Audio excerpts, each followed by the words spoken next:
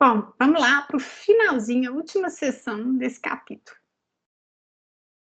Deixa eu projetar aqui.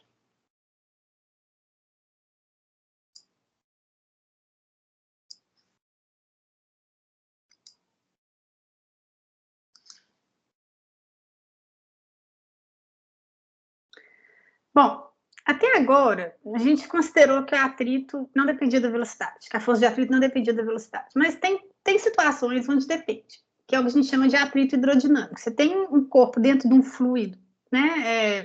Dependendo da velocidade do corpo, do tamanho do corpo, da densidade do fluido, esse atrito, o atrito do corpo com o fluido, pode depender da velocidade, que é o que a gente vai ver agora com um exemplo, né? Se você tiver um corpo se movendo dentro de um fluido, ele vai ficar sujeito, obviamente, a uma força de atrito, por exemplo, atrito com ar, ou atrito de uma pessoa nadando dentro de uma piscina, né, dependendo do fluido. Se o corpo e a sua velocidade não forem muito pequenos, ou seja, se você tiver um corpo relativamente grande com velocidade relativamente alta, essa força de atrito vai ser com uma boa aproximação descrita pela seguinte expressão. Força de atrito é meio de CA/V ao quadrado. V que vai com V ao quadrado. Vamos ver o que é cada um desses termos. C é o coeficiente de arraste, ou coeficiente de penetração aerodinâmica. Quanto mais aerodinâmico for o corpo, menor é esse coeficiente. A é a área de corte frontal do objeto, a sua seção reta. É a maior área que encara o fluido. Ok? Quanto menor ela for, né, menor vai ser a força de atrito que vai sofrer esse corpo. E ρ é a densidade do fluido, que no caso do ar é 1,3 kg por metro cúbico. Okay? Então, se for um corpo no ar, ele vai estar sujeito a essa força de atrito aí, onde a densidade vai ser do ar, mas se for água, a densidade é da água, né? E ver a velocidade do corpo. Bom, vamos ver o que acontece, vamos ver um caso onde isso é importante e o que isso influencia no movimento do corpo. Um bom caso para pensar é o caso do paraquedas, né? Um corpo em queda livre sujeito à força de atrito com ar, onde aqui a gente vai levar em consideração a força de atrito com ar. A gente nunca estava levando em consideração a força de atrito com ar, mas aqui a gente vai fazer questão de levar, porque esse paraquedas, quando ele abre, né? Ele oferece uma área de resistência muito grande para o ar e a velocidade em queda livre, você pula do avião, essa velocidade rapidinho fica em valores muito altos, então a força de atrito com ar passa a ser importante.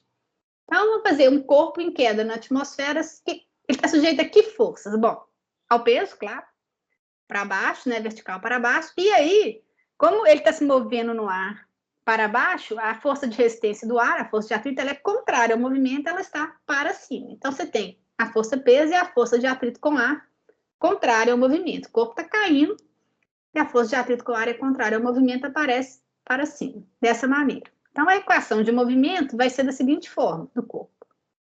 Somatório de forças que atuam naquele corpo é a massa daquele corpo e a sua aceleração. Então, ele está acelerado para baixo, vou escolher o positivo para baixo. Peso menos força de atrito é massa vezes aceleração. Ok? Beleza. Então, substituindo na expressão da força de atrito, aquele valor que a gente, aquela expressão que a gente viu no slide anterior, somatório de força que é MA é mg menos meio de CA/V ao quadrado. Tá bom.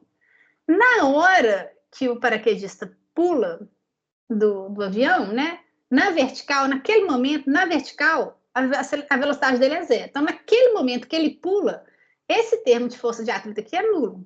Então, naquele momento que ele pula, a aceleração dele é g. Então, ele sai do avião com aceleração vertical igual a g. Ok?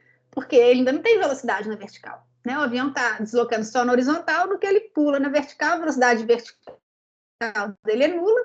Então, esse termo aqui é zero e a aceleração dele é g. Um instante, um milésimo de segundo depois, ele acelera, ele está sujeito à aceleração da gravidade, a velocidade dele aumenta e esse termo aqui passa a valer. À medida que a velocidade dele aumenta, esse termo cresce. Esse termo aqui da força de atrito cresce. E a aceleração dele diminui. A aceleração inicial dele era g, porque esse termo era nulo. À medida que a velocidade cresce, esse termo cresce, e a aceleração dele, que depende da soma desses dois termos, diminui. Ok? Então, é o que a gente vai ver aqui. Então, essa equação mostra que um corpo em queda na atmosfera, quando parte do repouso, com velocidade inicial igual a zero na vertical, tem inicialmente aceleração igual a g. À medida que sua velocidade cresce, porque ele está acelerado, né? A força de atrito aumenta e aumenta de intensidade, porque esse termo aumenta, e a aceleração do corpo, que é o A aqui, diminui. Até que chega um momento que a força de atrito iguala o valor do peso, ok? Então, a velocidade vai aumentando tanto que esse termo aqui fica igual ao mg. Quando isso acontece, o que acontece? A aceleração fica zero. Se a aceleração é zero, a velocidade não muda mais. A velocidade não tem como mudar se a aceleração é zero. Aí ele acaba descendo com velocidade constante. Então, ele parte de velocidade zero, ele é acelerado até o momento onde ele atinge uma velocidade limite, que ele continua com ela até o final. Ok? Então, vai chegar um ponto que o corpo atinge essa chamada velocidade limite, na qual a força de atrito compensa exatamente o valor da força-peso. Esses dois vetores ficam iguais, o somatório de força vai ser zero, e o corpo desce com a velocidade constante. Né? Quando isso acontece, então, você vai ter a velocidade igual à velocidade limite, somatório de força igual a zero, você pode obter a velocidade limite. Então, dado uma certa massa do corpo, o coeficiente de atrito hidrodinâmico, a seção reta e a densidade do fluido, você consegue achar qual que é a velocidade limite que ele atinge e a partir da qual ele desce com velocidade constante. Por isso que o paraquedista não morre, porque ele chega uma hora que desce com velocidade constante. Aí o exemplo é exatamente isso. Você tem um paraquedista cuja massa é de 60 kg, que salta de um paraquedas, cuja área frontal, é o A, é de 20 metros quadrados. O coeficiente de arraste do paraquedas vale 1,4 e a densidade do ar é de 1,3 kg por metro cúbico. Qual a velocidade limite do paraquedista? É só aplicar a fórmula que a gente acabou de deduzir. A gente tem todos os dados. Aí, se você aplicar, você acha que a velocidade limite é de 5,7 metros por segundo, que ainda é bastante, né? Se cair 5,7 metros em um segundo, por isso tem que saber cair de paraquedas também.